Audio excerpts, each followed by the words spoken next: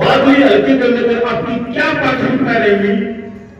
इस बादली हल्के में से विधायक रहे, से मंत्री रहे, अपना घर बनाने से अलग, भ्रष्टाचार करने से अलग, कमीशन खोने से अलग, कमीशन खाने से अलग, इन लोगों ने कोई काम नहीं रहा। भयमुक्त करने का काम भी करेंगे और भ्रष्टाचार मुक्त करने का काम भी करेंगे। बादली हल्के की बहुत बड़ी समस्या थी जन से लेकर के बादली रोड की। मैंने खुद सरकार से प्रार्थना करके इस रोड को बनवाने का काम किया। बादली हल्के को सोने की चिड़िया बनाने का काम करेंगे। आपने भाजपा से चुनाव लड़ा, 2019 में आपने जेजेपी से चुनाव लड़ा। निसंदेह ही आपने सत्ता के द्वार से प्रमुख लोगों को खींचने का, वापस लाने का कार्य किया है। इतना अच्छा प्रदर्शन उसके बाद आपने जेजेपी से किनारा क्यों किया? हरियाणा प्रदेश ने जेजेपी को वोट दिया था भारतीय जनता पार्टी के खिलाफ और कांग्रेस पार्टी के खिलाफ। दुष्यंत चौटाला जी ने लोगों की उस भावना को ठुकरा करके भारतीय जनता पार्टी के साथ गठबंधन किया। पूरे भारत देश में किसान आंदोलन चला। आदरणीय दुष्यंत चौटाला जी को 3 बार कुछ कहने वाला कि डिप्टी सीएम साहब, आप इस भारतीय जनता पार्टी के गठबंधन तोड़ो, किसानों के हक के साथ, किसानों के साथ कंधे से कंधा मिला के खड़े हो। कहता रहा, लेकिन उन लोगों ने ना कोई बात सुनी, ना उनके कानून को जूझ ली। आज जनता कार्यालय में बहुत ही वरिष्ठ राजनीतिक है भाई संजय कमलाना बादली, आपका बहुत बहुत हार्दिक अभिनंदन, स्वागत। 2019 में संजय कमलाना ने अपने प्रदर्शन के माध्यम से यह साबित किया था कि संजय कमलाना हर दिल की जान है। और कुछ लोगों को विधानसभा के दरवाजे से हाथ पकड़कर वापस ले आए थे, उन्हीं में ही संजय कमलाना मशहूर है। सबसे पहले बात संजय भाई, जो आपके फादर आदरणीय ओम प्रकाश जी समाज सेवा के नाम से पूरे हरियाणा में जाने जाते थे, उनके पद पर चलकर जो समाज सेवा की है उसके पीछे आपका क्या उद्देश्य है? कौन सी ताकत है जिससे आप समाज सेवा कर पाते हैं? आप लोगों ने पूछा कि मेरे पिताजी को भगत चौधरी ओम प्रकाश चेयरमैन कमलाना की जो मेरे को विरासत मिली, मैं तो ईमानदारी से एक बात कहना चाहूंगा, जो समाज के हितों के काम और समाज की लड़ाई उन्होंने जो लड़ने का काम किया, चाहे कितनी बड़ी पंचायत की बात हो, चाहे कोई 302 का फैसला हो, चाहे 307 का फैसला हो, चाहे अपने शब्द में 2 बार सरपंच रहे, चाहे 2 बार चेयरमैन रहे, उन्होंने अपने समय में लोगों का इतना प्यार पाया, इतना आशीर्वाद पाया और समाज की इतनी सेवा की कि उन्हीं की विरासत आज मेरे को मिली हुई है। और मैंने उन्हीं के आशीर्वाद से 2009 में चुनाव लड़ा भारतीय जनता पार्टी से। उस टाइम भी लोगों ने मेरे को, बादली हल्के की बहादुर जनता ने, 36 बिरादरी के भाईचारे ने मेरे को 13,500 वोट दे करके अपना आशीर्वाद और प्यार देने का काम किया। जिस तरीके से 2019 में लोग कहते थे कि आज बादली हल्के में 2 मुख्यमंत्री चुनाव लड़ रहे हैं, एक भारतीय जनता पार्टी का पूर्व मंत्री मुख्यमंत्री अंगारा देकर के चुनाव लड़ रहे थे और एक कांग्रेस के दीपेंद्र हुड्डा जी जो आज खुद सांसद है उत्तर उस्मा से, वो भी मुख्यमंत्री अंगारा देकर के दोनों चुनाव लड़ रहे थे। और मेरे को ये कहा जा रहा था कि भाई आप तो दोनों के बीच में आपका तो कहीं नंबर नहीं है, कोई स्टेटस नहीं है और आप चुनाव लड़ने का अगर मना कर दो तो अच्छा रहेगा। लेकिन मैं एक बात कहना चाहूंगा, पूजनीय चौधरी ओम प्रकाश चेयरमैन कमलाना जी के आशीर्वाद से और बादली हल्के की बहादुर जनता, जो 36 बिरादरी का भाईचारा, जो मैंने प्यार कमा रखा, जो इनका आशीर्वाद है, उन्हीं के आशीर्वाद से मेरे को 30,000 वोट लोगों ने देने का काम किया, अपना आशीर्वाद और प्यार देने का काम किया। और मैं तो ईमानदारी से एक बात कहता हूँ, जो मैंने अपने पिताजी से सीखा है। और मैं एक बात और भी कहना चाहूंगा कि पूर्व में रहे मंत्री चौधरी धीरपाल जी और मेरे पिताजी और चौधरी धीरपाल जी का बहुत अच्छे संबंध थे। मैं तो ईमानदारी से एक बात कहना चाहूंगा, मैंने चौधरी धीरपाल जी से भी अपनी राजनीति में बहुत कुछ उनसे, उनके बच्चों के सीखा। हम उसी तरीके से लोगों की सेवा करते रहेंगे। 2009 में आपने भाजपा से चुनाव लड़ा, 2019 में आपने जेजेपी पार्टी से चुनाव लड़ा। निसंदेह ही 2009 के मुकाबले आपने 19 में दोगुने से भी ज्यादा वोट प्राप्त किए। आप जेजेपी पार्टी में बहुत अच्छा आपका प्रदर्शन रहा। निसंदेह ही आपने सत्ता के द्वार से प्रमुख लोगों को खींचने का, वापस लाने का कार्य किया है, जो कि इतिहास में सदैव याद किया जाएगा। इतना अच्छा प्रदर्शन उसके बाद आपने जेजेपी से किनारा क्यों किया? मेरा प्रदेश ने जेजेपी को वोट दिया था भारतीय जनता पार्टी के खिलाफ और कांग्रेस पार्टी के खिलाफ। जो दुष्यंत चौटाला जी ने लोगों की उस भावना को ठुकरा करके भारतीय जनता पार्टी के साथ गठबंधन किया और जो पूरे भारत देश में किसान आंदोलन चला, उस किसान आंदोलन के समय में पूरा प्रदेश, पूरा देश एक किसानी एक अपनी तकलीफ से जूझ रही थी। अपनी एमएसपी को लेकर के, अपने किसान आंदोलन के जो काले कानून बने थे उनको लेकर के पूरा देश वोट पर बैठा। मैं आदरणीय दुष्यंत चौटाला जी को 3 बार खुद कहने वाला कि डिप्टी सीएम साहब, आप इस भारतीय जनता पार्टी गठबंधन तोड़ो और आप लोग किसानों के हक के साथ, किसानों के साथ कंधे से कंधा मिला करके खड़े हो। लेकिन वे हालात, परिस्थितियां ऐसी रही कि मैं कहता रहा, लेकिन उन लोगों ने ना कोई बात सुनी, ना उनके कानून को जूझ ली। और अब जो हालात प्रदेश के हो गए, जिस तरीके के हालात आपने लोकसभा चुनाव में देखे, कहां जेजेपी की 17.5 लाख वोट आई थी और कहां आज 1,11,000 वोट जेजेपी पूरे प्रदेश में लोकसभा चुनाव में आई। आप अच्छी तरह जानते हो लोगों ने क्या परिणाम दिए, क्या सबक सिखाया। ये जनता का प्रजातंत्र में, राजेश जी, प्रजातंत्र में जनता का फैसला सबसे बड़ा फैसला होता है और जनता ने फैसला लिया और उनको मुंह की खानी पड़ी। और वो चुटकुले में आई थी ना, बूंदी बढ़ी, तो लोकसभा चुनाव में बूंदी बढ़ी। और बताने की जरूरत नहीं है, ये तो देखने की जरूरत है। सारी जनता ने अपना परिणाम दे दिया। जो हालात है और जो हालात मैंने देखे, इसी बात को लेकर के मैंने अपने लोगों की हित की सोच करके, लोगों की भलाई की सोच करके और मैंने अपने भविष्य की भलाई की सोच करके मैंने जेजेपी को अलविदा करा। अब आप किस पार्टी के साथ हैं? देखिए, आज मैं ना कांग्रेस पार्टी के साथ हूँ, न कोई भारतीय जनता पार्टी के साथ हूँ, मैं आज किसी पार्टी के साथ भी नहीं हूँ। मैं तो अपना इंडिपेंडेंट लोगों के बीच जा रहा हूँ और लोगों का आशीर्वाद मांगने लग रहा हूँ। मेरी युवा टीम भी आज गांव-गांव जा रही है, युवा टीम भी वोट की अपील कर रही है और मैं खुद भी 20 साल से इन लोगों का आशीर्वाद मांगने लगे, भारतीय जनता का आशीर्वाद मांगने लगा हुआ हूँ।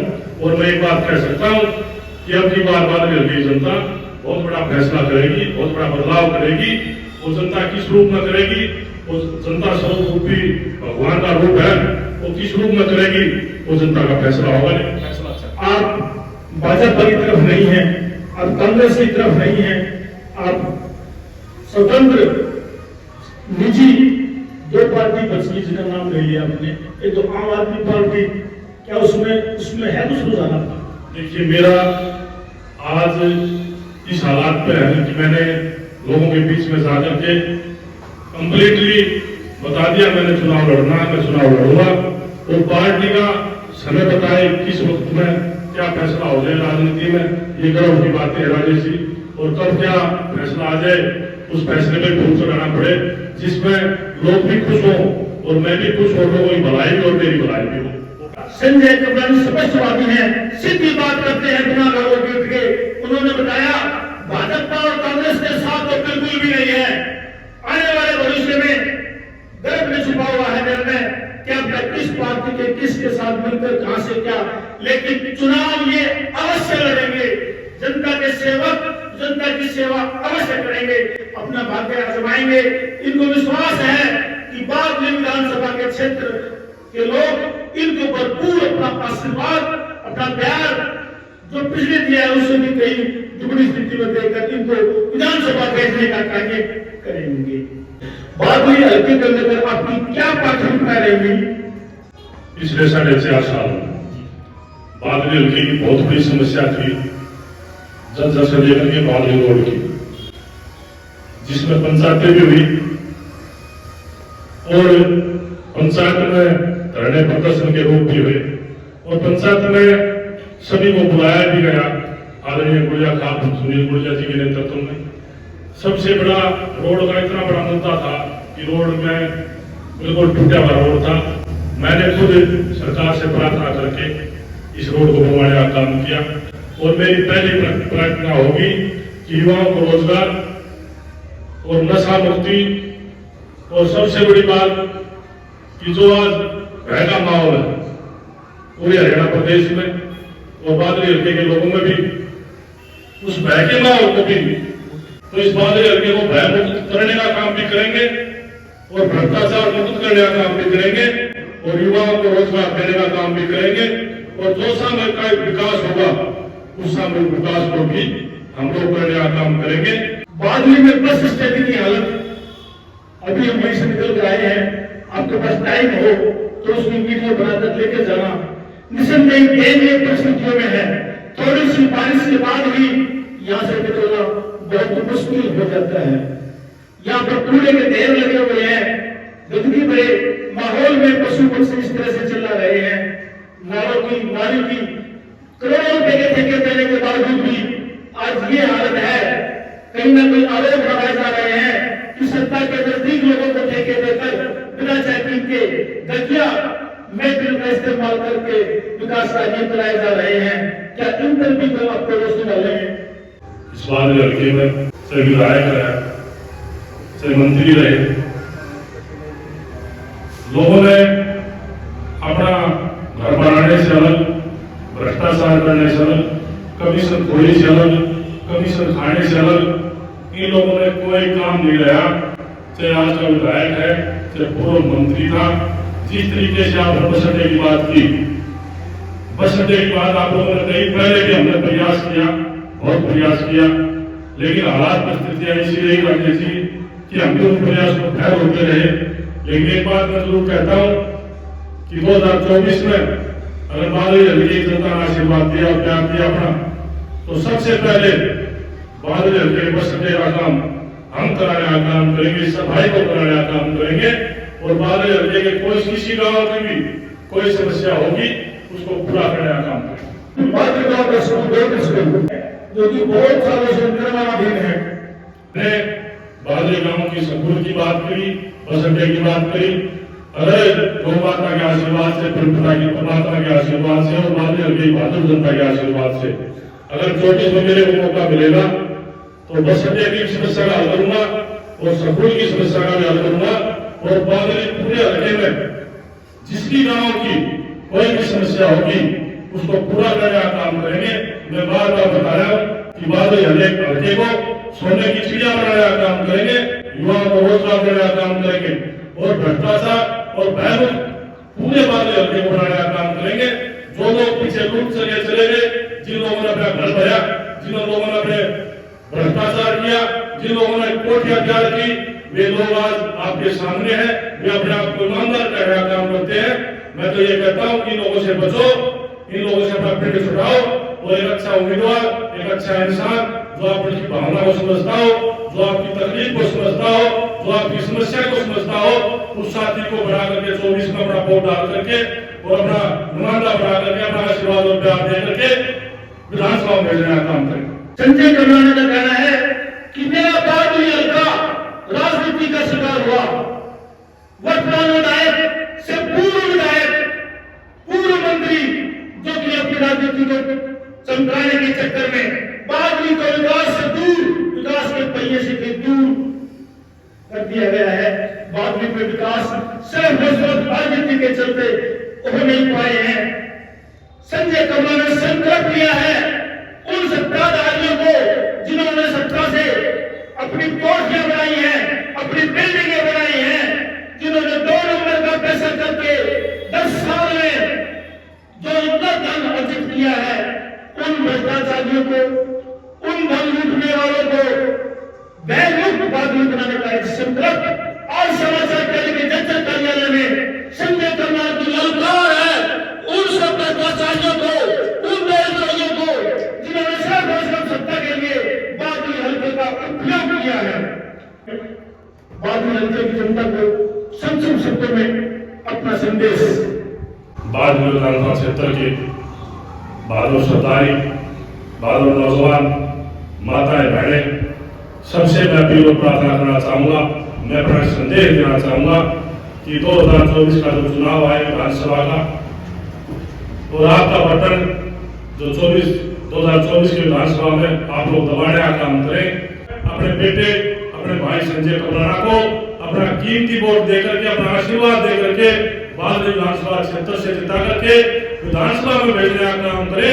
ईमानदारी से कहता हूँ, तो ईमानदारी से इस बादल हल्के की जनता की सेवा करने का काम करेंगे, विकास करने का काम करेंगे, और भयमुक्त और भ्रष्टाचार मुक्त इस बादल हल्के को करने का काम करेंगे। जो पहले लोगों ने लूटा है उनसे पिंड छुड़ाने का काम करेंगे, और बादल हल्के की जनता को इतना प्यार देने का काम करेंगे कि आने वाला समय ये बताने का काम करेगा कि हमने अपने बेटे और अपने भाई को वोट दिया था 24 में, और उस भाई और बेटे ने बादल हल्के जनता को इस तरीके से विकास किया, इतना प्यार दिया, और बादल हल्के जनता के साथ कंधे से कंधा मिला के चला। मैंने आप लोगों ने समाचार प्रेमी को भी मैं बहुत बहुत बधाई देना चाहूंगा और धन्यवाद भी करना चाहूंगा, तो आप लोगों ने मेरे को बुलाकर इतना लाड और प्रेम दिया। आपसे भी मेरी प्रार्थना है कि आप भी पत्रकार साथी हो और आप भी मेरी कौन सी सोच के वोटर हो, आपसे भी आशीर्वाद मांगने का काम करूंगा कि आप भी इस पत्रकारिता के माध्यम से भी और आप अपना आशीर्वाद देकर के मेरी मदद करने का काम करें। आप सबका बहुत बहुत धन्यवाद। जय हिंद, जय भारत।